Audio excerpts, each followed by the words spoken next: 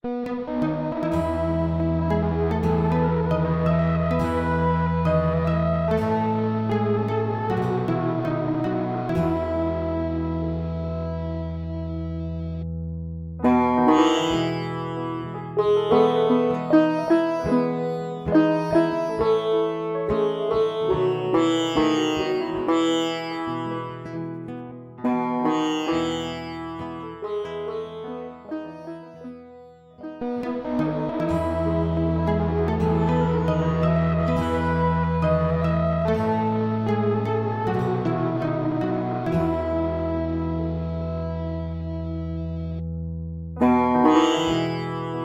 bien, muy buenas para todas y para todos.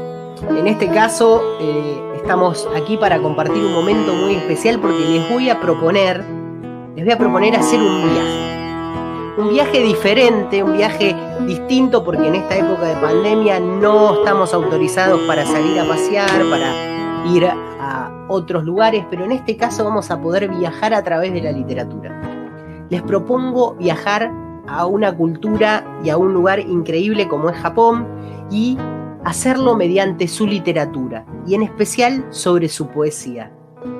Hoy vamos a tener un encuentro con la poesía japonesa y en especial con los tankas o las tankas mejor dicho, y los haikus.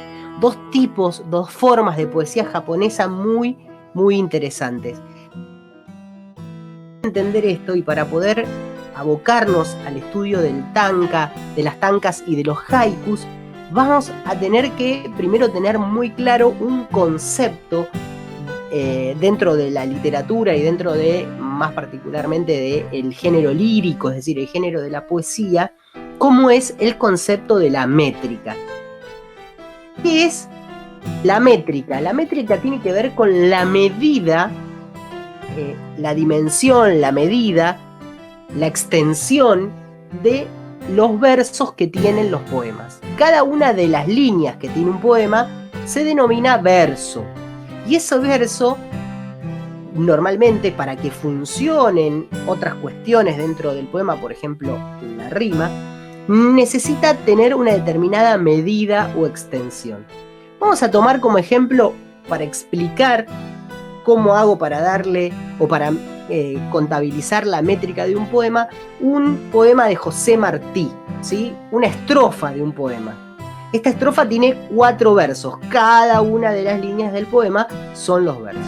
Dice esta estrofa: yo vengo de todas partes y hacia todas partes voy, arte soy entre las artes y en los montes, monte soy. Este ejemplo nos va a permitir entonces identificar la métrica y ver qué pasos tengo que seguir para comprender la métrica de un poema. Muy bien, en el primer paso lo que tengo que hacer es separar en sílabas las palabras y anotar el total de sílabas que tiene cada uno de los versos del poema. Por ejemplo, en este caso tenemos yo vengo de todas partes, 8 sílabas, ¿bien? En el segundo verso tenemos 8 sílabas, en el tercero, arte soy entre las artes, nuevamente 8, y en el cuarto tenemos 7, en los montes, monte, soy. Tenemos 7, o sea que tenemos 3 versos de 8 y uno de 7. Pero acá no termina la cosa. Vamos al paso 2. En el paso 2 tenemos que identificar la acentuación de la última palabra y de esa manera establecer si debemos sumar o restar sílabas al total. ¿Qué quiere decir esto? Nuestra lengua, la lengua castellana, siempre tiende a terminar sus versos, sus poemas, en palabras graves, ¿sí? De acentuación grave. Es decir, las palabras graves, recuerden, son aquellas en las que la fuerza de la palabra cae en la anteúltima sílaba. Si, en cambio, nuestro verso terminara en una palabra aguda, por ejemplo, vamos a pensar una palabra aguda, por ejemplo, reloj. Si terminara en la palabra reloj, que la fuerza cae en loj, sería una palabra aguda la última, yo debería sumarle una sílaba al total. Lo sumo imaginariamente, no lo hago, no le agrego una sílaba cualquiera, sino que imaginariamente le sumo una unidad más. Eso va a tener que ver con la manera en que solemos recitar esos poemas.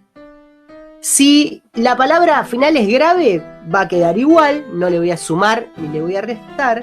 Si es esdrújula, por ejemplo, si terminara en la palabra árboles, le resto una, y si es un monosílabo, también le voy a sumar una.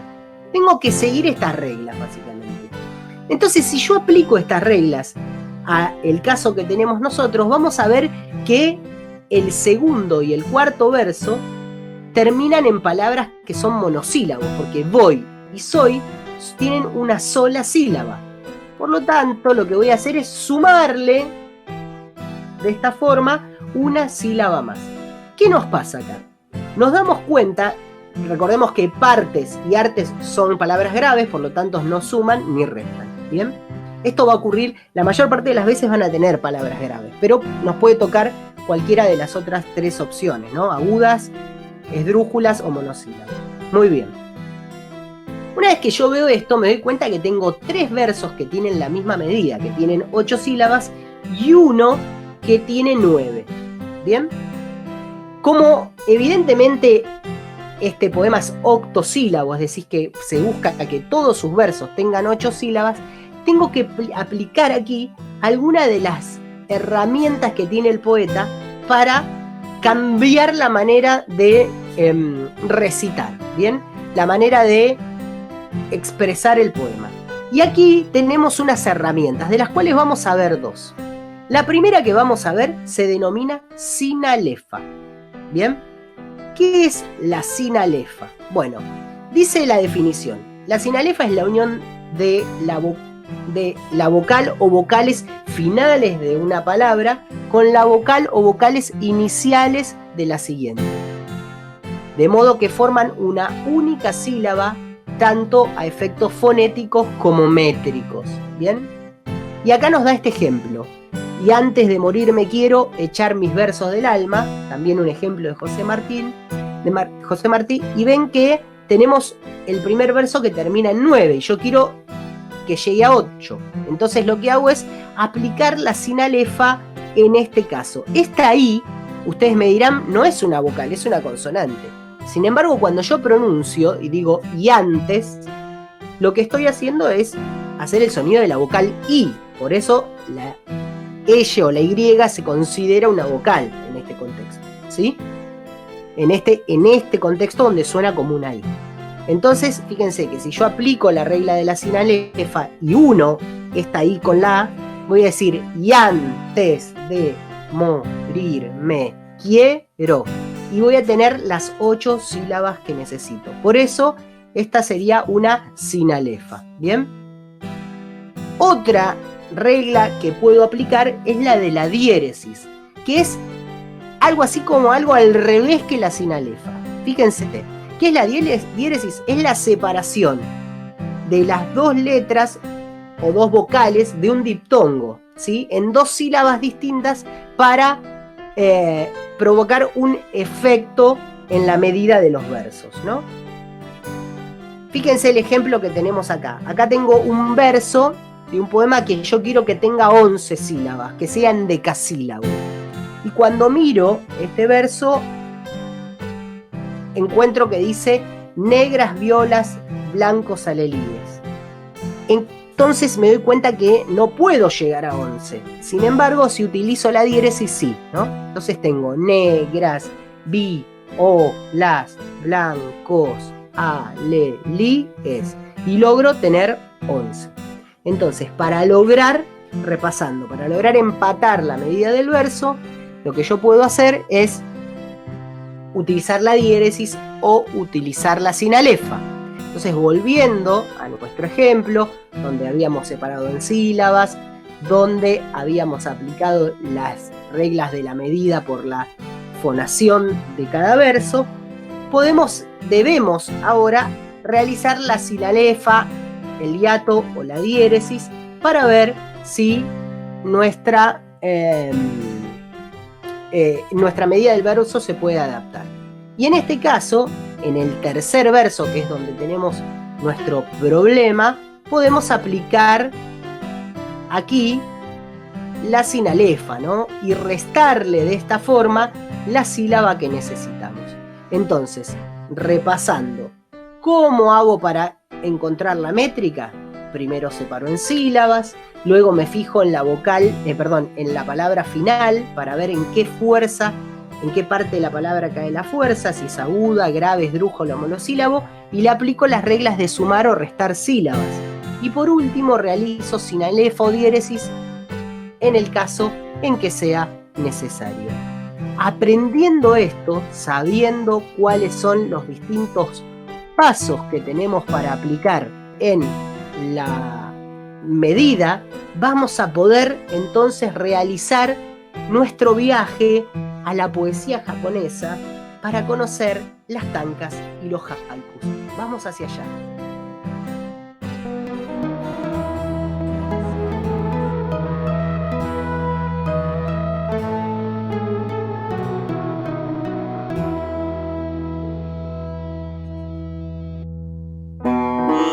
Tankas, poesía japonesa del siglo VIII. Nuestro viaje a través de la cultura y la poesía japonesa ha llegado a su primera estación. Se trata de un tipo de poesía japonesa muy antigua. 200 años que se registraron las primeras tankas.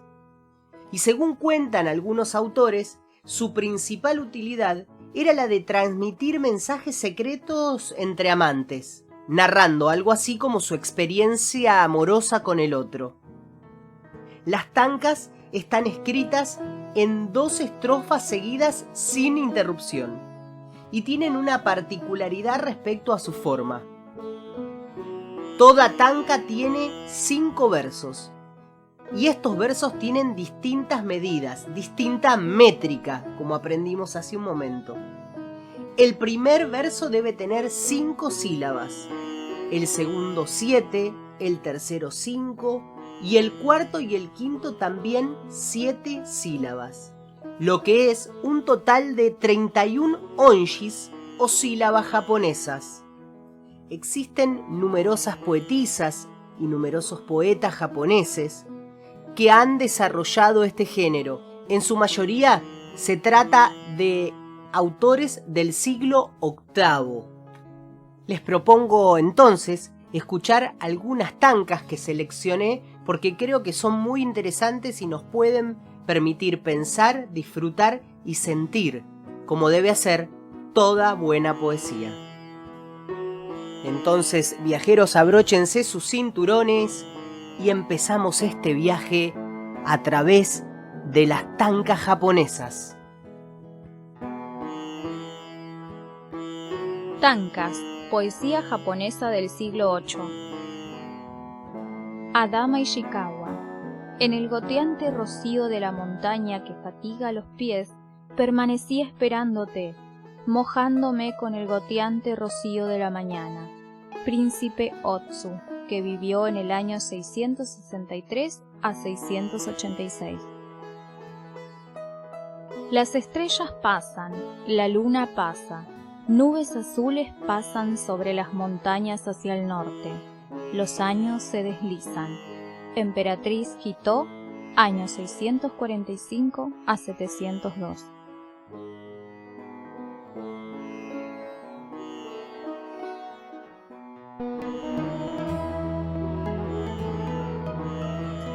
Te esperé y suspiré por ti. Mi persiana se conmovía por el roce de la brisa otoñal. Princesa Nukada, siglo VII, y era considerada la mayor poetisa de su tiempo.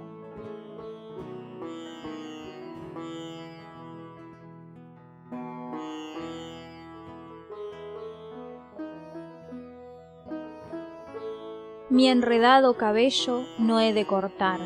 Tu mano, mi amadísimo, lo ha tocado como una almohada. Anónimo.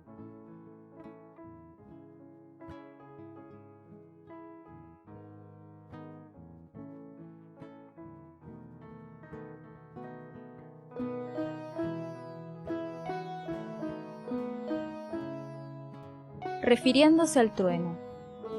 Como ese resplandor y rugido próximo a las nubes del cielo, verlo me aterra, no verlo me entristece. Anónimo.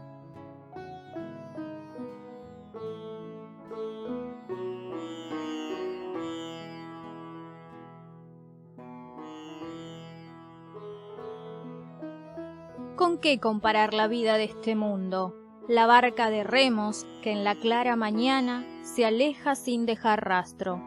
Monje Manusei, fines del siglo VIII.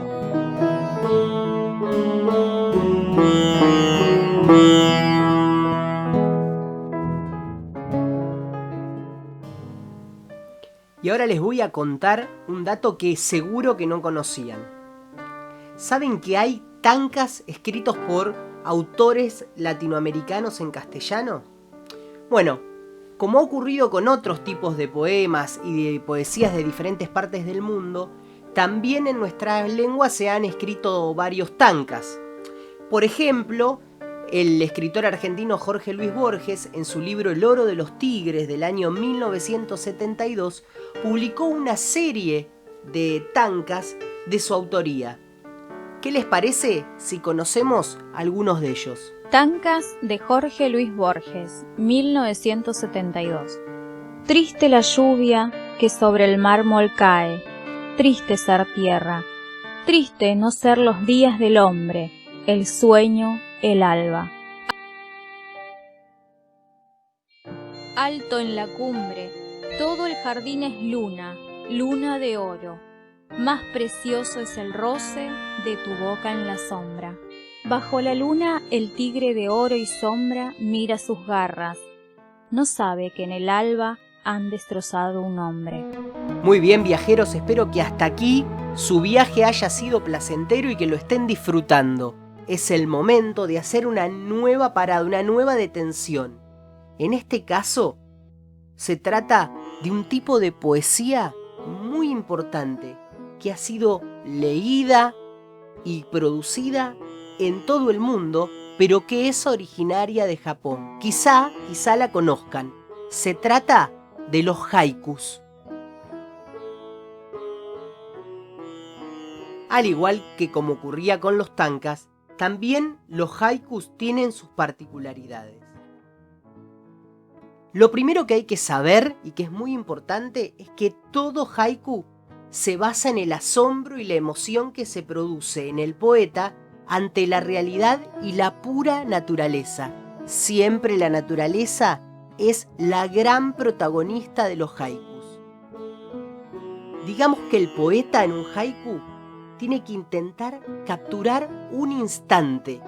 Es apenas un instante, lo más pequeño, la menor instancia de tiempo posible. Al igual que las tankas tienen particularidades respecto a su forma. Los haikus deben tener 3 versos con distintas medidas. El primero 5 sílabas, el segundo 7 sílabas y el tercero 5 sílabas. Veamos ahora un ejemplo del poeta Mario Benedetti para tratar de identificar la métrica, a ver si este haiku que fue escrito en castellano por Mario Benedetti cumple con los parámetros de la métrica que les comenté. Ese haiku dice: por si las moscas, hay profetas que callan su profecía. Bien, fíjense, el primer verso es por si las moscas. Si seguimos las reglas de la métrica, primero tenemos que separar en sílabas y contar esas sílabas. Por si las moscas da un total de 5 sílabas.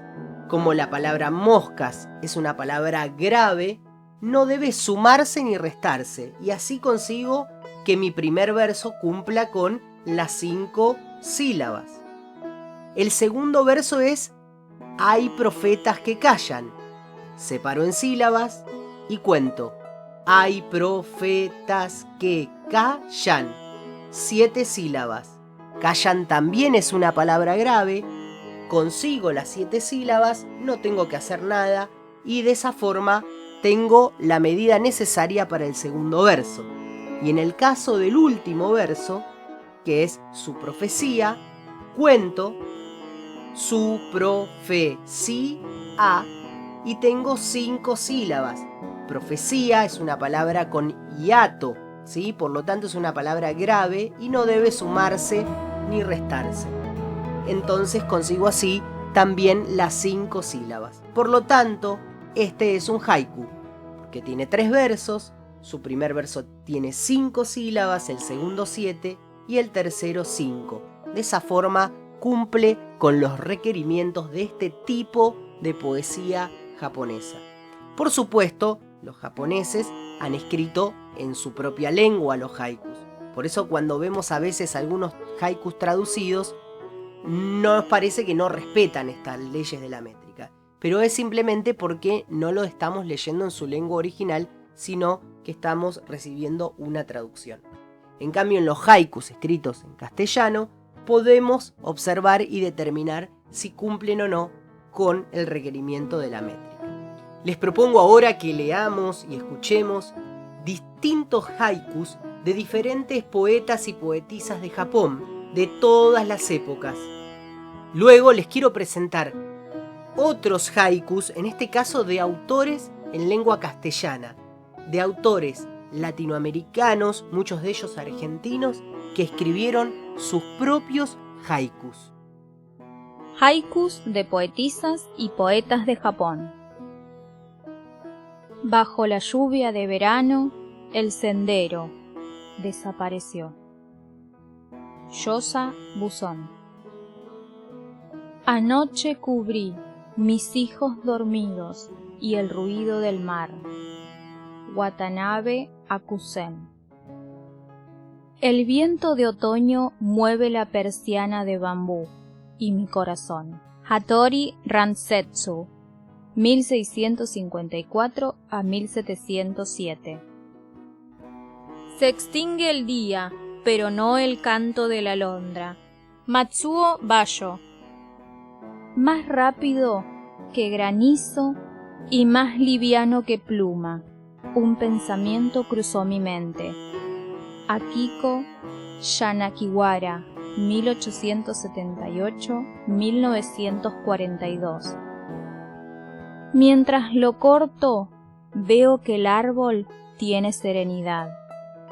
Kuribayashi Isekiro, 1894-1961.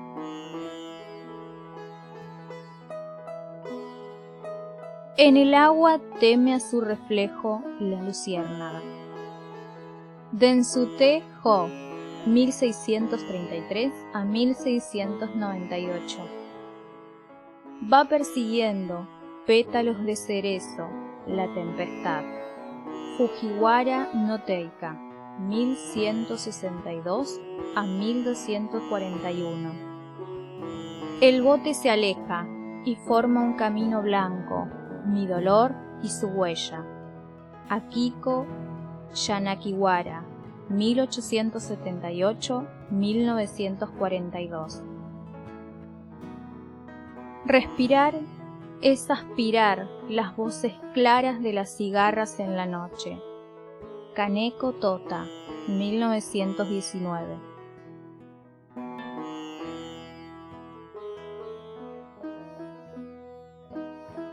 El agua se cristaliza, las luciérnagas se apagan, nada existe. Shijo Ni, 1703-1775. Es mi lago interior, en la sombra merodea un tigre negro.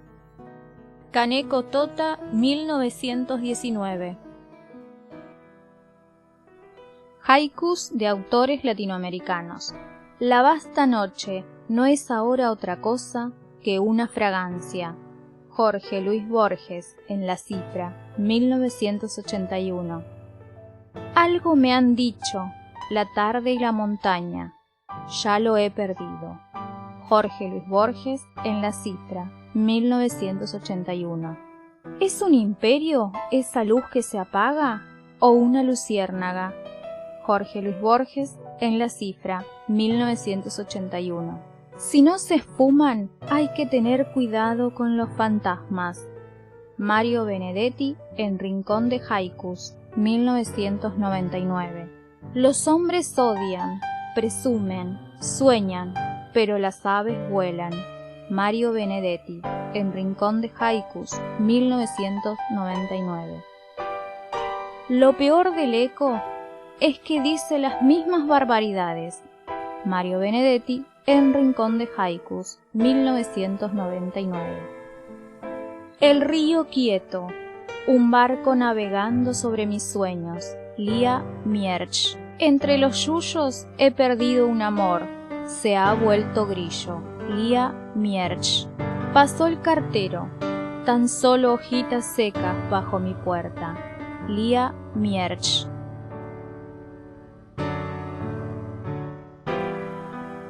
Hecho de aire, entre pinos y rocas, brota el poema.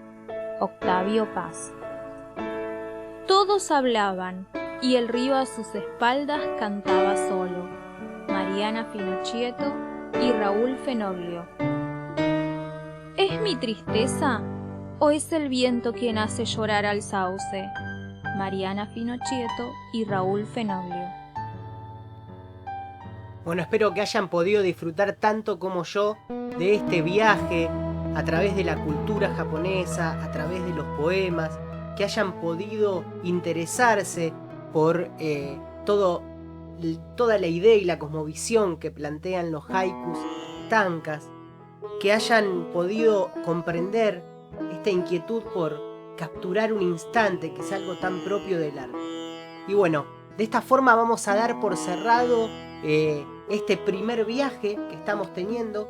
Les aseguro que si les gustó este viaje vamos a seguir teniendo más.